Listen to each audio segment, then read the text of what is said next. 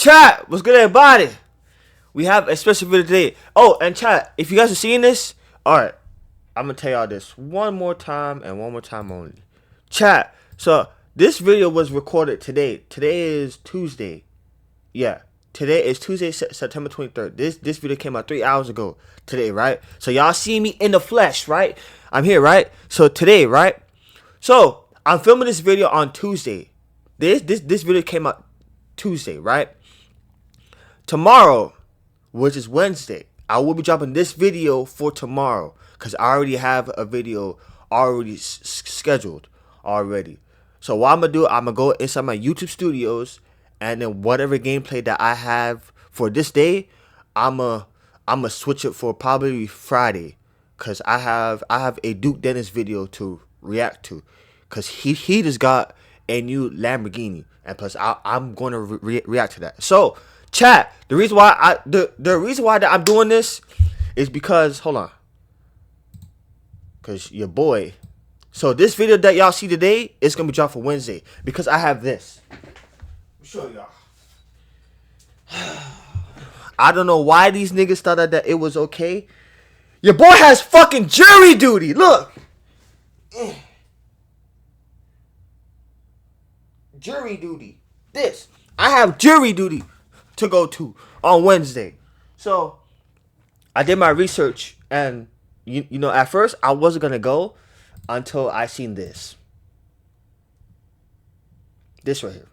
It says if you do not go to jury duty, you could face fines, community service, or in some cases jail time, as jury services is a mandatory civil duty. To avoid penalties, you should contact the court immediately. If you cannot attend, explain your situation as such as an emergency or hardship which allowed you to reschedule your service. So chat, yeah, your boy has to go to jury duty tomorrow morning. So what I'm gonna do, I'm gonna make this video for today, and then I'm gonna schedule it for tomorrow, and then the Duke Dennis video I'm gonna schedule probably on Thursday. So yeah, your boy has jury duty. So yeah. All right, chat. So we have here for today the most exclusive car ever I've ever reviewed. Chat, without further ado, like, comment, subscribe. Thank y'all for all the love and support on my reaction, cause y'all kind of not fucking with the gaming. I don't know why, but yeah. Let's do it. This is one of the most exclusive Mercedes-Benz ever. That's because it's not actually a Mercedes, but a Brabus. It's called the Rocket GTS, and it's based on the SL63E Performance. GTS stands for Gran Turismo Shooting Brake because this car has a bespoke body. It's also got a bespoke interior and, of course, an up-rated engine. I'll give you more details on this later as part of the review. I'm also going to take this car on the Autobahn to see how fast I can get out of it. Here we go, steer restricted. That's going to be pretty scary because it costs £1 million. Damn, what? Bro, this look like what's that car? Fuck. I think they're gonna say it. $1 million for that? Hell no. Anyway, I'm Matt Watson, and you are watching Car Wow. Looks nice though, I'm not gonna lie. Brabus is one of the most famous tuning companies in the world. It began in the late 1970s when founder Bodo Bushman modified his Mercedes S-Class to be as quick as a contemporary Porsche 911. Since then, Brabus has made some of the fastest and most extreme Mercedes of all time, such as the record-breaking EV12 and the original CLS Rocket, which could hit 227 miles an hour. However, this all-new Rocket GTS is arguably even crazier, but not just because it has more power. This is the first time Brabus has completely re-engineered a car's body to give it a totally bespoke shape, and I've never seen anything like it before. Well, maybe apart from these cars. So it's quite clearly based on a Mercedes. Yes, that, bro, like that.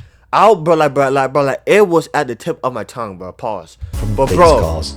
So it's quite clearly based on a Mercedes. I was gonna say that, but I couldn't get it out, bro. Like it looked just like that, bro. Like literally, but like, you know, it looks more aggressive and like, you know, more meaner. I meant to say that, but I couldn't say it out loud. It looks like the GT, but it's not. It's actually based on the SL because you're on the convertible platform, because there is a convertible version of this. So even this coupe version is based on the SL. The thing that really stands out is that all the body panels carbon fibre, and you just have to check out the weave. Look at it. So you've got this blue paint which is transparent here on this car, but you can get different colours as well, such as this green and this red. Loading in a load of pallets down there. Anyway, I'm going to continue. I'm not going to let that stop me. They've designed this car in the wind tunnel, so it doesn't just like take off at high speed. And as you can see, you've got this like aggressive front nose here, big Brabus logo there, another one there, and even these like little bits here in the grille, they're carbon fibre. It's incredible. There's actually 3 bits on this car which are standard to the normal SL. See if you can figure out what they are, and we'll come back to that at the end of this walk around. Okay, moving down the side, we have 21-inch alloy wheels at the front, once again bespoke with these kind of like aero covers. At the rear they're 22, so you've got a bit more rake for added aero and downforce. This part of the side, I was hoping that was going to be vents, but no, it's fake. I would poke it with a stick to illustrate that, but I've got the guys from Brabus there. That would be a little bit awkward, even though this car is covered in PPF so that it doesn't get scratched. It's incredible, like all this part here, the way they've actually made this out of carbon fibre. I'd love to see the production process be insane. One thing I'm a little bit surprised at is that they didn't change the door handles. You know how Porsche did for their GT division with the 911 GT3 RS? Andreas Preuniger was like, I'm not having those horrible like poppy-outy door handles, and he had the old school door handles. They've still kept those door handles. Oh well. What they have done though is fitted their own glass. Look, that's Brabus glass. Brabus glass. I suppose they have to because Mercedes doesn't make this shape, does it? Moving down to the back, this is my favourite part of it. Just this area. Oh, it looks so good. The car's actually wider than a standard SL, so it's got even more presence. And then as we get around here, just with the back window, this little ducktail spoiler, and once again you can really see the weave in different lights. It's lovely. Then we've got the Brabus exhaust there. It's like on an AMG. We have twin exhaust pipes beyond there. These are a little bit fake. And then we have a diffuser here and the Brabus logo there at the back. And even the Brabus logo is in carbon fibre. Okay, could you guess which parts of the car aren't changed over the standard? I'll show you what they are. Tail lights, door mirrors, and the headlights. Now, for someone like Brabus, trying to change the headlights, you have to go through a whole homologation thing. That's just not going to be cost efficient, but everything else, externally, it's all new. The general interior design is exactly the same as a normal Mercedes SL. However, Brabus have taken all the parts, stripped off all the trim, and completely reconfigured them. The only thing that really hasn't changed is the infotainment system and the digital driver's display and stuff like the rear view mirror and this pod up here. But if you look closely, there's like these bits of trim are anodized, like even round here, round here, round here, round here, round here, round here, and the door switches and all of that stuff. They take all those little bits apart and then anodize them. They like strip it into all its little components. It's crazy. Then obviously there's the leather, so this is Brabus's leather, and you can choose whatever colour. This is grey, but you could have had it pink if you wanted. And one thing I've noticed is sometimes when you get these aftermarket companies that do interiors, there's always a bit like wonky stitching, but here, I mean like here, and oh, up there as well, that's nice. The quality control is like OEM, it really is, like here on the seats as well. That's what you're getting like this bespoke exclusivity, but with like OEM quality. The only thing that I've noticed is this, there's a bit more of a gap here maybe than on that side. This is the first car they built, so it could be that reason. We've actually got ambient lighting up there as well, but it uses the normal colours through the Mercedes system. It's just that there's more ambient lighting bulbs around the place. Steering wheel, obviously they've taken it apart. You've got the normal like controls like you get in the Mercedes, but then you've got this leather, you've got carbon, you've got the Brabus embossed thing here on the stalks. Once again, it's the Mercedes stalk, but look, it's got anodized stuff. It feels really nice. In fact, the only cheap bits that you feel in here, right, the bits they haven't changed, they're the Mercedes bits. It's a bit weird looking up here as well and seeing like there's the switch for the roof, but obviously it hasn't got the retracting roof. Look at even the floor mats, just leather. Then you have the practicality of Isofix on the front passenger seat. What else do I need to show you? I feel like there's so much more. Ah, yeah, look, obviously you've got Rocket there on the dash. But then in the seat belt, quite subtle that, but I like it. And obviously on the door panel there, on the kick plate, you've got Brabus and it's illuminated. But then you've got all the usual stuff that you have with the Mercedes. So there's your USB, there's your cup holders, there's your storage there, more USBs, all that kind of stuff. And obviously you can move the steering wheel just like in the Mercedes, because it is just the Mercedes SL, just one that's been taken to bits and made a bit more interesting. Well, a lot more interesting. Let's do something. Like in the back seat we've got George, cameraman. Have a look at George, squeezed in there. How are you doing there, George? Not great. I don't think I've got any kneecaps anymore. Okay, that's fine. You stay there, right, because we're going to do a little thing, see what it's like with two people in the back. So I'm going to jump in the back. It's going to be like a normal GT, this is, which means not good. Let that move forward. I'll get in. This is probably where I do my back. Okay. I wonder if this is... I can't remember if it's worse than a 911. The seat backs up right, isn't it? What do you put in? Oh, there. Oh, hello. I'll tell you what. Even back here, it's all just like luxurious. You can't really see, but look at that. Even the bits that no one's going to see, back in here, it's all just lovely. Do you know what we should do? Lewis, you jump into the driver's seat. Let's see if you could actually fit in there. Do you want to pass me your camera? Hopefully it's on autofocus. If it's not, we're screwed. Is it on autofocus? No. Okay, so I'm very blurred right now. So you get yourself comfortable. Go on, shut the door. So we could get a lift back if we absolutely really needed a lift back, couldn't we? A short lift back. A short lift back. Do you know what? I think this reconfigured body makes it more practical in the back. In the normal GT, it's got much more sloping roofline, and so headroom's worse. This is better to be in the back. Believe me, George, you don't know. You feel like it's uncomfortable, but it's better than a normal GT's rear seat. But what have they done to the boot capacity? Because the normal GT actually has quite a decent boot. As with the rest of the car, Brabus have retrimmed everything in the boot, like everything. Look, so you've got the same kind of lovely leather patterning there. All these little bits have been anodized as well, look. And of course it's lined with Alcantara. Even here, look, we've got some shiny trim here rather than the standard like boot clasp. There is something rather annoying though, right? If you look here, you've got a speaker, which is good, you want a speaker, but I think with the normal SL, you have these parts there hollowed out, so you could squeeze some golf clubs in there. But Brabus have a solution, and it's this little button here. Pull that, it releases the rear seat, so you can then, all you do have to lean in, fold them down. So you could put your golf clubs there. Probably wondering what this big hump is. This hump houses all the battery shenanigans for the plug-in hybrid system. So that's the same on the normal SL anyway. It kind of gets in the way of things. However, the electrification system should help with this car's low-speed driving experience, but does it? Okay, I'm heading out to the Autobahn. I'm acutely aware of having to drive past the traffic and stuff down these narrow German streets because of the value of this bodywork. If I scrape it, I am going to be in a lot of trouble and potentially exposed to a huge cost. I mean, the car is just the same to drive as a normal, like SL. It's fine, but it's just that added pressure that is on my shoulders. Definitely don't want to curb the wheels either in the narrow sections because they're like 20 grand a piece. Damn! Alloy wheels. Damn! I could go full electric. Let's go full electric. There we go. Engine's off.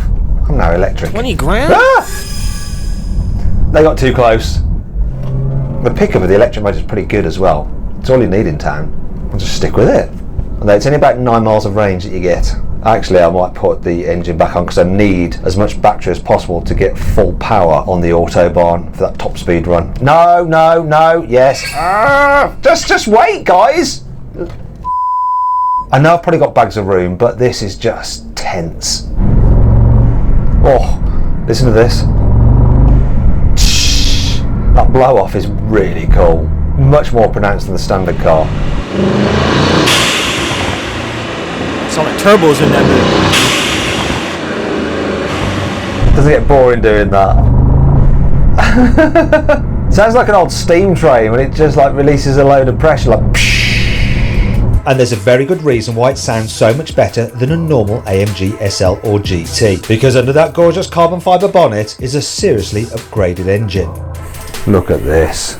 First off, this red carbon fibre engine cover looks lovely, and keying here 1000 denotes the horsepower and 4.5 litres. You see, Brabus have actually increased the bore and the stroke of the standard 4 litre twin turbo V8 from AMG. They've fitted new forged pistons, upgraded connecting rods, they've improved the turbo, so you've got new turbos on it, you've got new downpipes, you have an extra ECU for added power. The standard twin turbo V8 in the E-Performance SL has 612 horsepower. The engine in this Brabus has 796 horsepower. Now they haven't done anything to the electric stuff because it's a little bit confusing, so you still get 204 horsepower from the electric motor. So combined you have that 1000 horsepower plus a colossal 1820 newton meters of torque, which is 400 newton meters more than the standard SLE Performance. Wow. Okay, let's launch this thing. See what I'll do 0 to 60. Specialist timing gear is set up. Damn! 2.5, damn, that's faster than the SF90 and the Revuelto. Damn, y'all see how fast this shit shot off? Damn.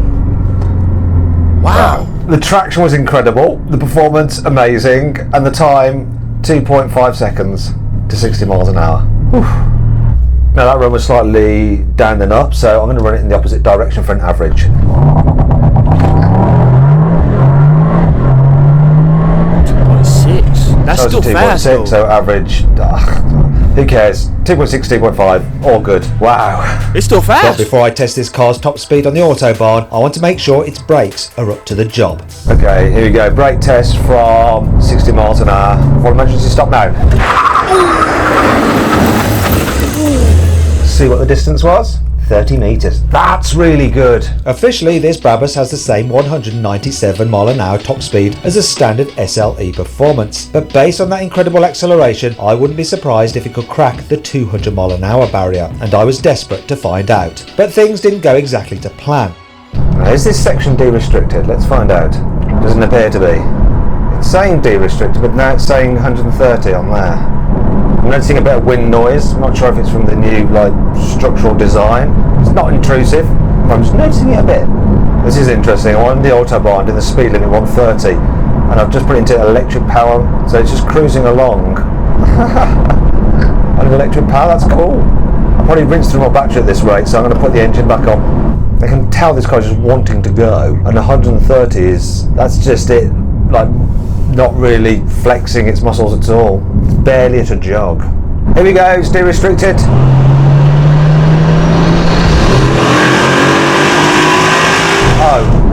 Oh, my car said it was, and then we got the sign. Oh dear, that's such a shame, that is. What a tease. The way this thing picked up though, that was intense. I was gutted. All the sections of Autobahn I could find were too busy, and the Germans had lowered the speed limits. If I'd have been 5 minutes earlier, I might have been able to really stretch the legs on this Brabus. This is becoming painful. Let's head to the Nürburgring. But before we got there, I wanted to see what normal people would think about this insane Brabus. So I needed to park it somewhere with lots of people around so I could watch their reactions. I'm really protective of this bodywork, so I don't want to just park randomly in a car park. So I've got an idea. This being a plug-in hybrid, you can plug it in and charge it up. So I'm going to park in one of these RT bays. Look, I can do. It's perfectly fine. In fact, I might do the pretense of plugging it in. I've parked it. That's some parking right there. Oh dear, look, it's the wrong connector. Doesn't do DC charging, look. No. Anyway, we'll just leave it there, it's fine. In fact, so that people don't complain, let's just put that down there like that. It looks like it's charging, doesn't it? It looks like it's charging. A few people came to take a look, but most of them seemed more interested in why the car wasn't correctly plugged in than what it looked like. I suppose we are in Germany and people who drive electric cars probably aren't interested in 1000 horsepower carbon fibre shooting brakes. And that wasn't the only embarrassing thing that happened to me.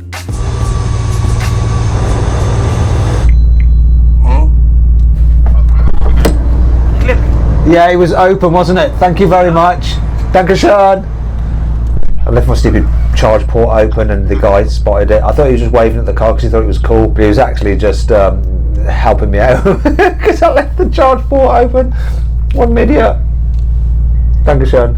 Let's check out the acceleration. Woof, that was rapid. Heading to the Nürburgring. Next, Ausfahrt. It's only getting close to the Nürburgring when you see stuff like that. Here we go, Nürburgring. You can see bits of the track. Actually, do you know what?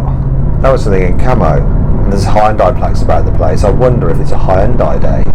They're testing something. Oh, some camouflaged Audi. Maybe they're testing at the ring today. Some Porsche. Was that the new electric Boxster? It seemed to be a convertible. You radioed me when I radioed you about electric Cayman. That's what I was just saying. This is cool. What's that? Oh, it's just a normal 911 turbo. Here we go, we're at the ring. But it's not a tourist day, so no one really to look at my car. How about these guys here? Will they look if I honk my horn? No, can't honk my horn, that's cheating. This guy maybe? Yeah, he's smiling at it.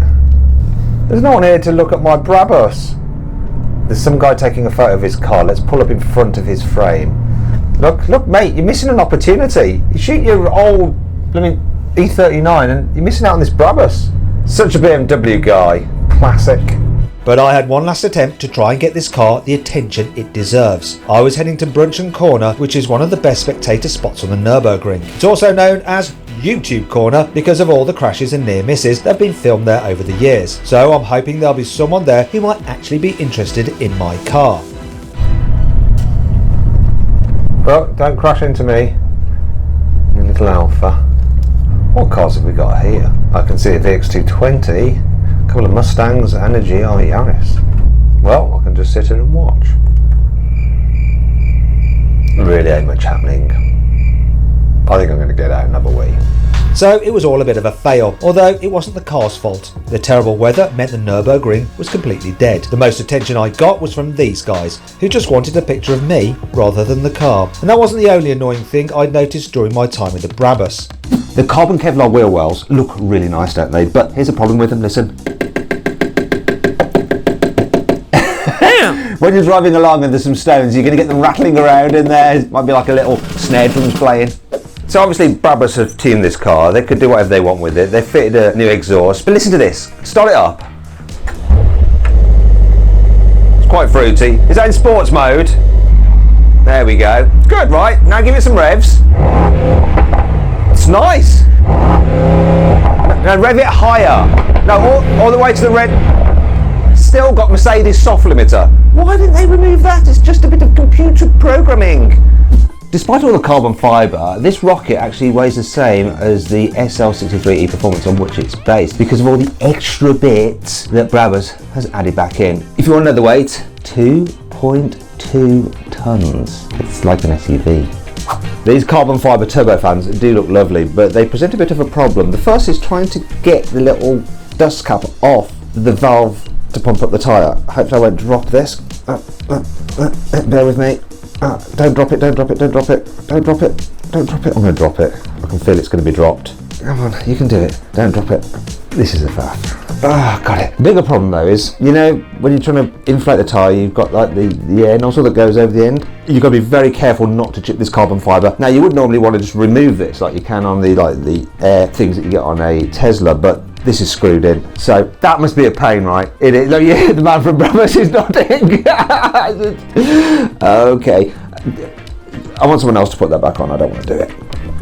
If you look very carefully, you'll see that we've got carbon fibre weave there. Then it sort of disappears and it just goes to like normal solid paint, and then the carbon fibre reappears. What's all that about? Well, it's because behind here you have special sensors for the blind spot monitoring. Unfortunately, they won't work through carbon fibre. So the actual carbon fibre part of the car finishes there, and this is filled in with Kevlar so that the sensor actually works. But obviously then you lose the weave, but sort of need it for safety. Shame though.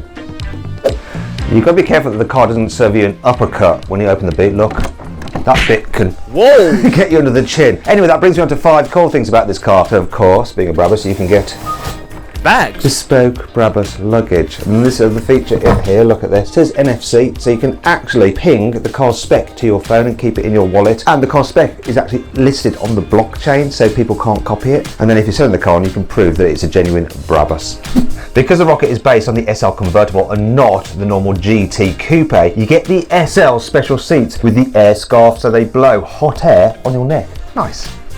Obviously this is a very modified car, so the normal Mercedes warranty is invalid. However, Brabus give you a 3-year 60,000 mile warranty. Being a plug-in hybrid, you can charge it up overnight and then start the car in electric only mode so you don't annoy your neighbours when you drive away in the morning. This Brabus is a rare car. Now it's not strictly limited in numbers, but the sheer nature of it will mean that it's quite limited. In fact, Brabus reckon around 25 will only ever be made. Its exclusivity was the biggest reason I've been so worried about driving this Brabus, but after spending a day with it, I was feeling a bit frustrated. Didn't really get to do a top speed run on the Autobahn. Didn't get to do much stuff at the Nürburgring. I'd say its mission failed. We'll get them next time. No copyright. And I have to say, I absolutely love the way it looks. Chat, for the first time I could say this, we haven't gotten a single ad. That's crazy. That's crazy. Cause somebody on my last video last week, they was like, why won't you just edit out the ads? For me to do that, that's gonna take like probably like 3 hours, bro. Once I finish a video, I'ma drop that, and guess what? I'ma work on the next video. I got things to do. I don't got time to edit that shit out. And no, I would not hire no editors, bro. No editors. No. So yeah, chat. Without further ado, this video was made Tuesday. I'm gonna drop this video on Wednesday because your boy got jury duty. So when I come back home from work later on today, I'm gonna work on the thumbnail and everything, and I'm scheduled it for Wednesday because I got jury duty. Yeah. So without further ado, like, comment, subscribe. After this video, I will be recording Dude Dennis's new Lamborghini Urus. So I see you guys over there. Thank y'all for all the love and support. What else? Like up this video so that it reaches out to more people. What else? I'm almost at 600 subs. I'm at 587 or 588. Whichever is. I'm almost there. We almost at 600. And yeah, the year is about to be over, chat. You better get to work, bro. Get to grind and start up that YouTube channel, bro. Because as y'all can see, your boy is going crazy. Oh, and one other thing. January, I will be going to Jamaica. I'm going to a trip. Yes. I'm going to my hometown. So yeah, I will be going down there, and I will be taking a break from YouTube. Because, I've been, like, bro, I'm not going to lie, chat. I deserve to take a break. Because, like, bro, I've been posting almost every single day since since last year, I believe. Yeah, I've been posting every single day. So when January hits, I will be taking a trip down there to go visit some family that I haven't seen in a long time. So I will be taking a break from YouTube and everything. Bro, I'm not gonna lie, but this break is gonna be much needed. So chat, that will be happening. If you guys don't see me post for like a week straight, is because I will be on a vacation in January. I'm gonna let y'all know. So yeah. So you guys will be seeing me almost every single day this year until January. Probably like a week or two, so I can come back and be recharged, and I have some videos for y'all. So next year. So yeah, chat. If you guys are new, hit that subscribe button. I love y'all so much. Thank y'all for all the love and support, and I see you guys on the next video. Yeah. So yeah. Bye. Peace.